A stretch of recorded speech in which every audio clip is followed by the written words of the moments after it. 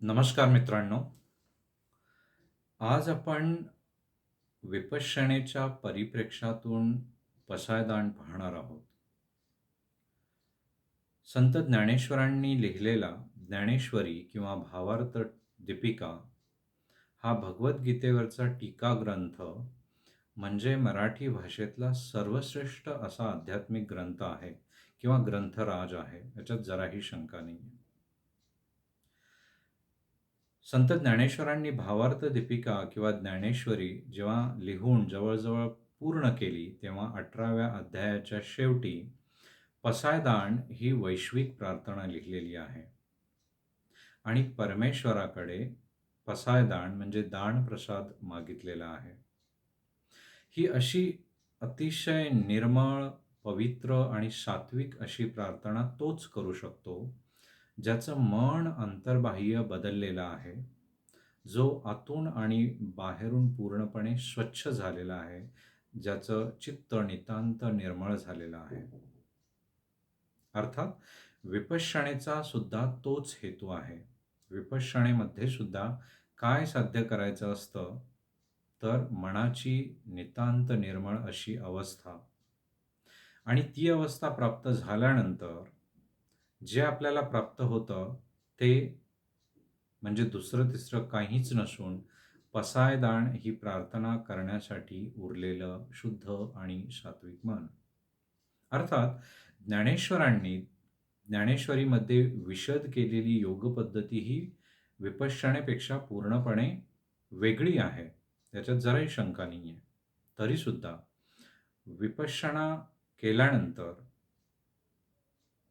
विपश्यनेचं जे ध्येय आहे किंवा विपश्यनेचा जो हेतू आहे, तो केवळ स्वतःलाच नितांत निर्मळ बनवण्यासाठी नसून संपूर्ण प्राणिमात्राला आपल्यासारखंच विशुद्ध आणि शुद्ध बनता यावं, याच्यासाठी केलेली प्रार्थना जशी पसायदान आहे, तोच विपश्यनेचा सुद्धा हेतू आहे.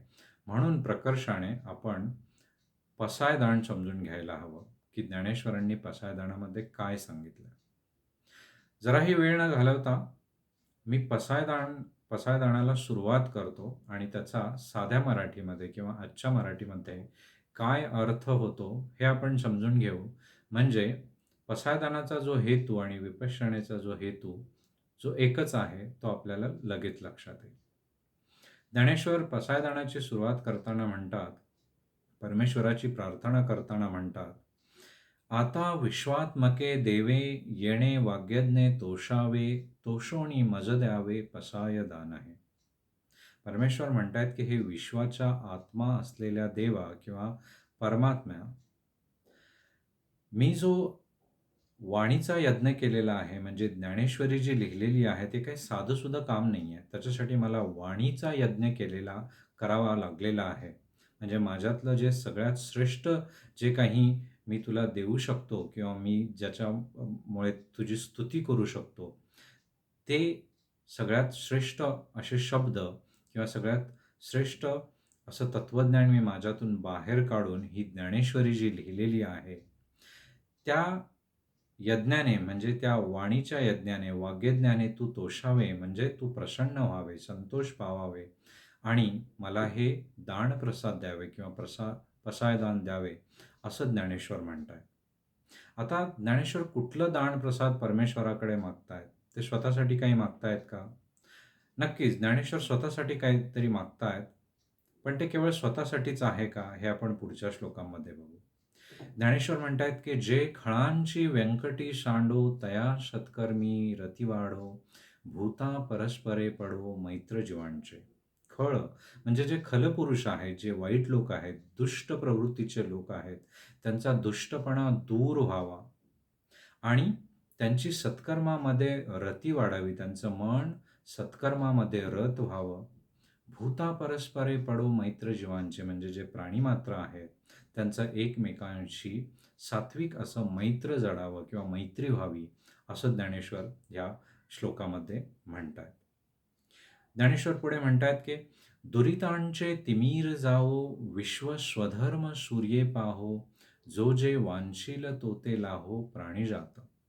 दुरीत म्हणजे जे अज्ञानी आहेत त्यांच्या जीवनातला तिमीर म्हणजे अज्ञानरूपी जो अंधार आहे, तिमीर आहे, तो अज्ञानरूपी अंधार नष्ट व्हावा आणि विश्व स्वधर्म सूर्य पाहो म्हणजे सगळ्या ह्या लोकांनी स्वतःचा जो धर्म आहे, स्वधर्म आहे, जो निर्मळ परमेश्वरासारखंच आपलं अस्तित्व आहे, त्याचं त्यांना ज्ञान व्हावं आणि ते ज्ञान झाल्यानंतर नितांत निर्मळ असं ज्ञान झाल्यानंतर स्वतःविषयीचं जो जे वांछील तो ते लाहो. म्हणजे ज्याला ज्याला जे जे हवं आहे, जी जी इच्छा आहे, ते ते सगळ्यांना लाभो प्राणिजात म्हणजे प्राणिमात्रांना लाभावं, असं ज्ञानेश्वर ह्या श्लोकामध्ये म्हणतात.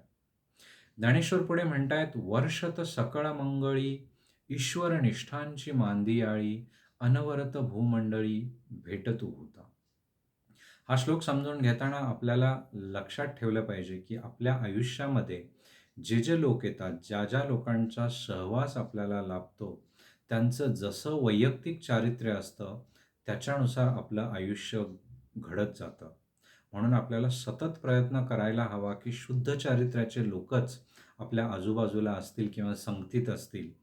ह्याचा प्रकर्षाने आपण पाठपुरावा करायला पाहिजे किंवा तसा प्रयत्न करायला पाहिजे. ज्ञानेश्वर म्हणतायत, की "वर्षत सकळ मंगळी ईश्वर निष्ठांची मांदियाळी." म्हणजे प्राणिमात्रांना अशा प्रकारच्या संत मंडळींचा सहवास लाभो, जे सतत मंगलाचा वर्षाव करतायत ह्या पृथ्वी तलावर. ईश्वरनिष्ठांची मांदियाळी म्हणजे ईश्वरनिष्ठ, आध्यात्मिक असं ज्यांचं जीवन आहे, अशा लोकांची मांदियाळी किंवा जत्रा जणू ह्या भूतलावर अवतरावी, असं ज्ञानेश्वर म्हणतायत आणि त्यांची भेट संपूर्ण प्राणिमात्रांशी घडावी, असं ज्ञानेश्वर ह्या श्लोकामध्ये घडतात.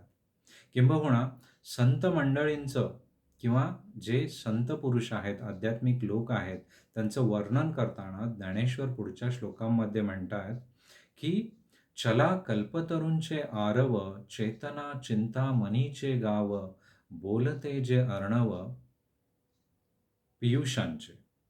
ज्ञानेश्वर म्हणतात, की संत मंडळी जी असावीत ती कशी असावीत? ज्यांचा सहवास संपूर्ण प्राणिमात्राला लाभावा. तर कसे असावेत? चला कल्पतरूंचे आरव म्हणजे चालत्या चालत्या कल्पतरूंची बगीचे. चला म्हणजे चालत्या, कल्पतरूंचे म्हणजे कल्पतरू वृक्षाचे आरव. आरव म्हणजे बागा किंवा बगीचे. आपल्याला अध्यात्मामध्ये, भारतीय अध्यात्मामध्ये किंवा पुराण कथामध्ये आपण बऱ्याचदा वाचलेलं असेल किंवा ऐकलेलं असेल, की स्वर्गामध्ये एक काल्पनिक वृक्ष असतो, ज्याला कल्पतरू असं म्हटलं जातं. त्या कल्पतरूच्या खाली आपण बसलो आणि एखादी गोष्ट आपण मागितली किंवा इच्छा प्रकट केली, की तत्काळ ती आपल्याला मिळते. संत मंडळीसुद्धा अशा कल्पतरूंच्या बागा आहेत, असं ज्ञानेश्वर इथे म्हणतायत. चला म्हणजे चालत्या कल्पतरूंच्या बागा आहेत संत मंडळी, असं ज्ञानेश्वर म्हणतायत. चेतना चिंतामणीचे गाव. चिंतामणी नावाचा जो मणी आहे, ज्याच्याकडनं आपण एखादी गोष्ट अपेक्षिली तर ती आपल्याला मिळून जाते, अशी सुद्धा काल्पनिक कथा आहे किंवा पुराण कथा आहे. ज्ञानेश्वर म्हणतायत, की संत मंडळीसुद्धा अशी आहेत, की चेतन अशा चिंतामणीची गावच्या गावं आहेत. म्हणजे इतकं संत मंडळींचं महत्त्व आहे. अशा संत मंडळींचा सहवास प्राणिमात्राला लाभावा, असं ज्ञानेश्वर म्हणतायत. बोलते जे अर्णव पियुषांचे. पियुष म्हणजे अमृत. पुन्हा आपल्याला माहिती आहे पुराण कथामध्ये अमृत नावाचं जे पेय असतं ते पिल्यानंतर आपण सदा सर्व काळासाठी चिरंजीवी किंवा अमर होतो. तर संत मंडळी हे बोलणारे समुद्र आहेत. अर्णव म्हणजे समुद्र. बोलणाऱ्या अमृताचे समुद्र आहेत. म्हणजे त्यांची वाणी इतकी अमृतमय आहे, की ज्ञानेश्वर या संत मंडळींची तुलना बोलणाऱ्या समुद्राशी, अमृताच्या समुद्राशी करतायत. अशा समुद्रांचे किंवा अशा संत मंडळींचा सहवास प्राणिमात्रांना लाभावा, असं ज्ञानेश्वर परमेश्वराकडे मागतायत.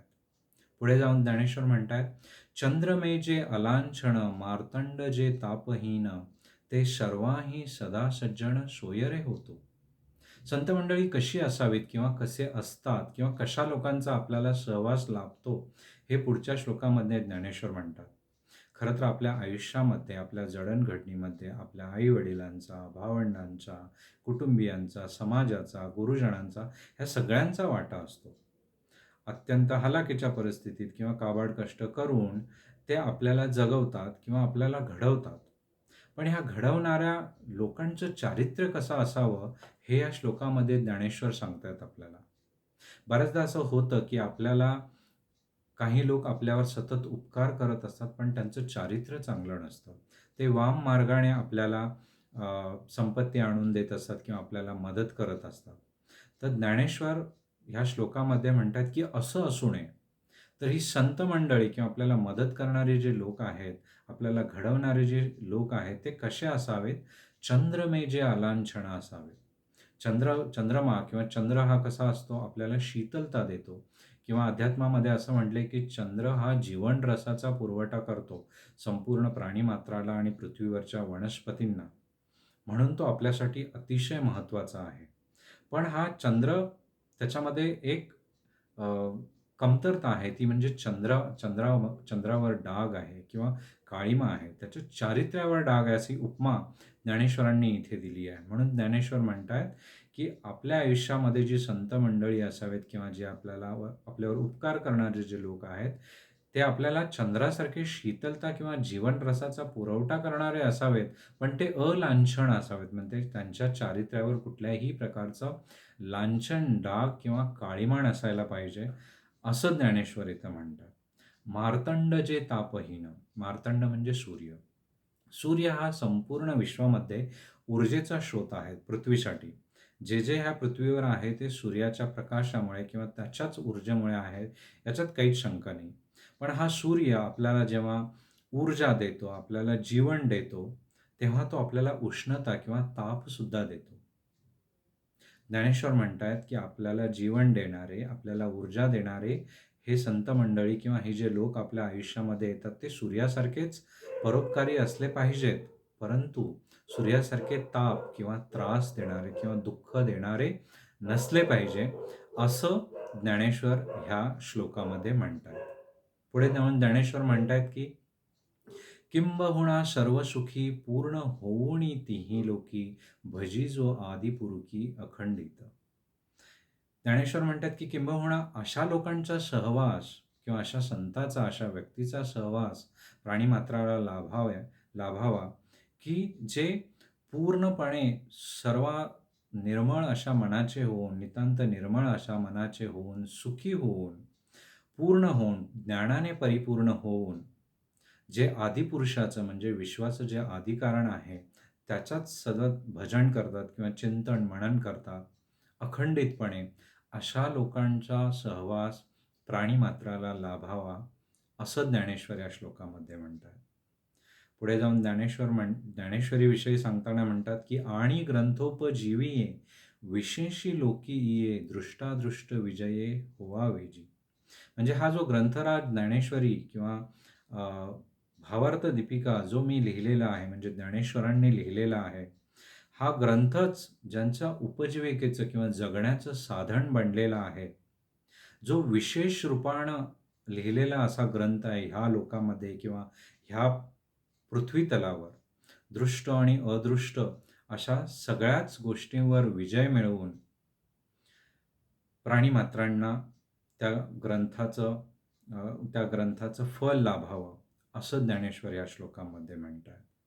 "एत म्हणे श्री विश्वेश्वरावो, हा होईल दान पसावो, येणे वरे ज्ञानदेव सुखिया झाला." ज्ञानेश्वर म्हणतायत, की "हे परमेश्वरा, विश्वाचा ईश्वर असलेल्या आदितत्वा, की हे जर तू मला दिलंस आणि हे देण्याची, हे दान किंवा हा प्रसाद मी जो तुझ्याकडे मागतोय, त्याचं जर ह्या प्रसादाचं जर मी अ, दान तुझ्याकडून प्राप्त करून घेऊ शकलो, तर ज्ञानदेव म्हणजे मी स्वतः ह्या विश्वामध्ये सुखी होईन, असं ज्ञानेश्वर म्हणतात. हे मागणं ज्ञानेश्वर म्हणतात. प्रत्यक्षात पाहिलं तर ही प्रार्थना वैश्विक आहे.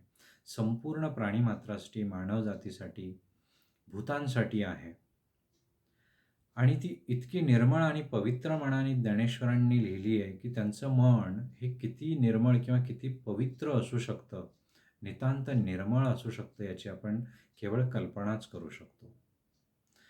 पसायदान हे विशेष करून विपश्यनेच्या परिप्रेक्ष्यातून सांगण्याचा माझा हाच हेतू होता, की जेव्हा तुम्ही विपश्यनेसारखी साधना करता, तिचा रोजच्या जीवनामध्ये अवलंब करता, तेव्हा तुमचं जीवन, माझं जीवन, आपल्या सगळ्यांचं जीवन इतकं नितांत निर्मळ आणि इतकं पवित्र आणि इतकं शुद्ध आपलं अंतर्मन ज्ञानेश्वरांसारखंच होऊन जातं, की केवळ स्वतःसाठी आपण न राहता संपूर्ण विश्वासाठी, इथल्या प्राणिमात्रांसाठी आपण सतत झटत राहतो किंवा त्यांच्या चांगल्यासाठी, भल्यासाठी आपण सतत चिंतित राहतो, कुठल्याही प्रकारचा स्वार्थ न बाळगता. हाच या व्हिडिओचा हेतू. धन्यवाद.